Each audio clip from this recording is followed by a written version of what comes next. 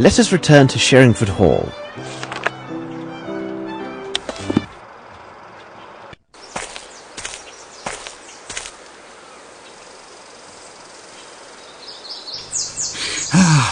Oh, Dr. Watson, beg pardon for imposing on you, but I must get a message to Inspector Lestrade, and...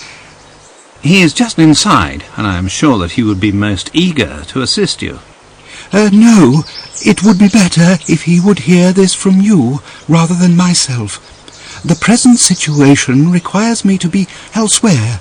Please be good enough to tell Inspector Lestrade that I renounce any rights to the succession. Also, I will not be at my offices. I would not wish him to waste time looking for me there. Goodbye, and I thank you for your kind assistance, Dr. Watson.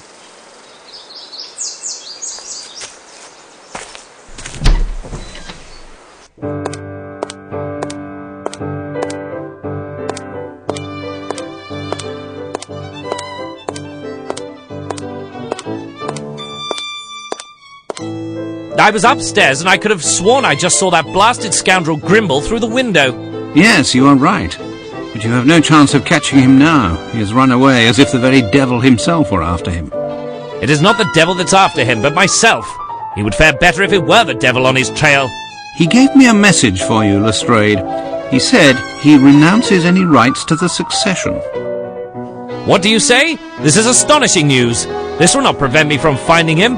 I want to know how it so happens that a dead man is found in a building to which only Grimble is known to possess the keys.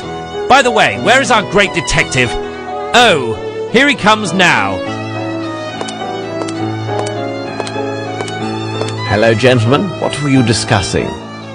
Grimble has renounced all possible rights to the succession of Bromsby Enterprises. But that does nothing to alter the fact that he is the ideal guilty party. Sir Bromsby had very important news that he intended to announce on the day of his death. What if this surprise news was the ouster of Grimble and Bromsby's intent to name his own daughter to succeed him? Do you think something otherwise, Holmes? No, it is nothing. May I ask you a question, Lestrade? Would it be possible to keep this new information about Grimble from Miss Bromsby, but for a few days? It's a deuced odd request, but I presume that you must have your reasons. I will do my best to keep this information private till the day after tomorrow. Thank you, Lestrade. By the way, I would like to speak with Miss Bromsby. Where can I find her? I do believe she's with her faithful knight in her sitting room. This gentleman never, so to speak, leaves her side. If this story spares them any further pain, no doubt they will soon be renowned as the most beautiful couple in London. I'm trying not to think about it, but my heart feels heavy that I may have been an instrument of their sorrow. By the way, my brother Mycroft has answered one of my letters, and his information seems to be most interesting. You can look at it if you would like. I have had a copy made for you.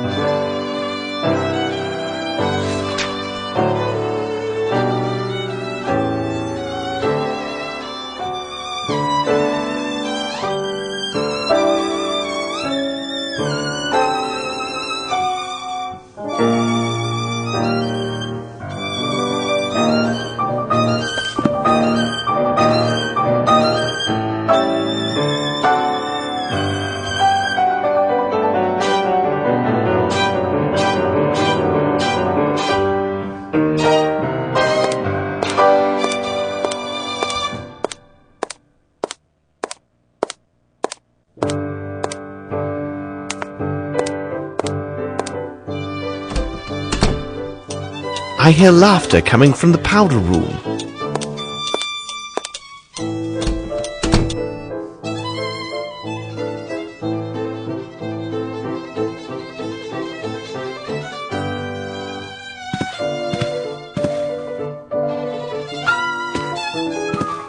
Good afternoon, Mr. Holmes. James has just been showing me the photographs from his hunts.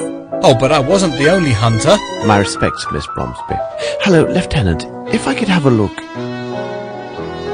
I must say, this is quite a handsome specimen, but it is surprising how light it appears. That bull weighed near 1,000 stones. No, beg pardon. I was referring to your portfolio.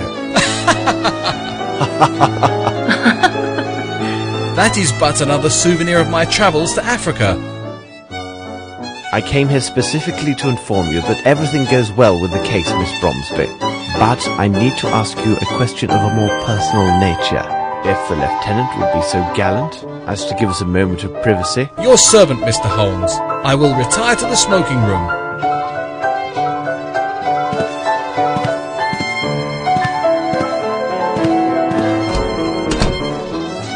I should reveal one of my hints. Does this photograph belong to you? Yes, it's mine. This is the photo of an actress who was with their touring London company. They gave a performance at the town near my boarding school in Switzerland. This is Miss Davenport. She was kind enough to meet with us in her dressing room after the show. And how would you describe this actress? Oh, she was fascinating, on the stage and in life as well. She personally inscribed this likeness for me. You see, they were available for purchase during the intermission. She was so very beautiful. Pray, continue. When I met with her, she showed me this beautiful earring that she wore. It was in the shape of a wave with foam, made entirely of sparkling stones. It's strange, but I have never talked about this with anyone till now. I do hope I see her again someday. Perhaps. Now, listen to me, my dear child. I must ask you to speak to no one about our conversation, not under any circumstances. The discovery of the truth rests on your silence.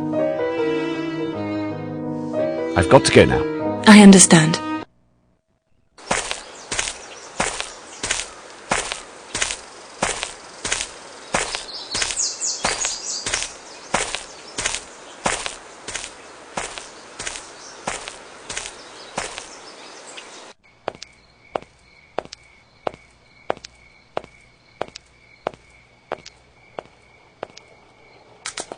This lieutenant seems a very commendable person. Miss Lavinia is fortunate to have him near. Lestrade was saying that he has found more evidence of Grimble's trail. The corpse we found at the cement factory may well have been an accomplice and the true murderer of Sir Bromsby. Grimble could have easily obtained an invitation for him to the reception. Then, some time after the deed was done, Grimble eliminated his accomplice to prevent his speaking. Or perhaps not. Whatever are you musing about, Holmes? Holmes? What is it, Watson? Blast it, Holmes! You haven't heard a word that I have said. It is of no consequence. Tell me, have you had the opportunity to redeem the item with the receipt we found at Hunter's? Oh, yes, it was a simple matter. In order to get the best price, Hunter agreed to redeem the item within 2 days' time. Look, these appear to be real diamonds.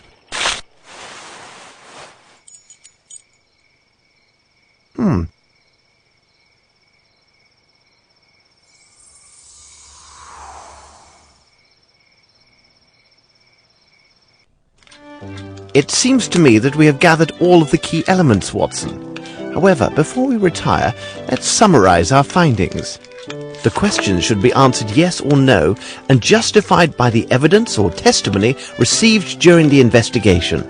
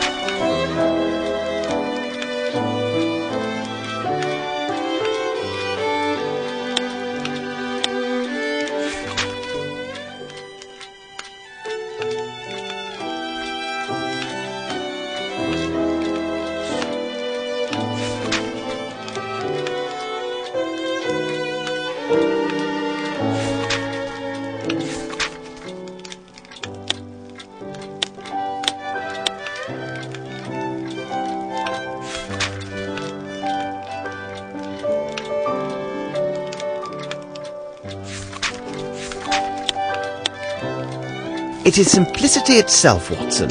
We have answered all the questions.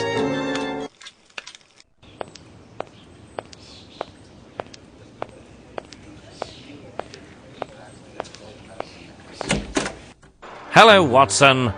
Good morning, Lestrade. You are an early riser. Good morning, Lestrade. You look really tired. You must have had a lengthy meeting with the minister. But hold on. How on earth could you know that, Holmes? I can read you like an open book. I jest with you, gentlemen. It's not the proper time for jesting, Holmes. But upon my word, how did you find out about the minister? I was assured that only 3 or 4 persons at most had knowledge of this meeting. Oh, I would rather withhold my explanation. So you must be aware of the subject of the meeting. Indeed, but Dr. Watson knows nothing of these events. Well, our incorruptible yet ever-practical minister shared the thoughts of the Chancellor of the Exchequer with me. They've decided that it would be most imprudent, given the crisis we're under, for a young lady, barely 18 years of age, to take control over one of the country's 3 biggest building enterprises. I begin to understand, but... According to the minister, despite his bad habits due to the lack of consideration for his partner, Grimble is the only individual that the council has faith in to reverse the current state of the Bromsby holdings. It was further explained to me that if there is a choice to make in the direction of my investigation, and lacking any new evidence to the contrary, I must take these concerns into account. This is outrageous. And you, Lestrade, what are your personal thoughts on the matter? I really can't say, Holmes. The prospect offered by Grimble seems so attractive. He had credible motive to murder Bromsby and then foul it. In addition, he was the only individual with apparent access to the shed at the cement factory where we discovered the corpse of his presumed accomplice. However, the only gadfly to this theory is his statement to Dr. Watson when he clearly renounced all rights of succession. That is an item of singular curiosity. It is difficult for me to believe that a man who could plan and execute 2 or 3 murders with such cool presence of mind would give up an opportunity of this magnitude so easily. I also have spent sufficient time at Sherringford Hall to have a high opinion of Lieutenant Harrington. I agree with you. This young man, by all accounts, has an unimpeachable character. I have no evidence to cast doubt on the truthfulness of his testimony. We reconstructed the crime, and it was evident from where he stood he could easily see Miss Bromsby despite the crowd.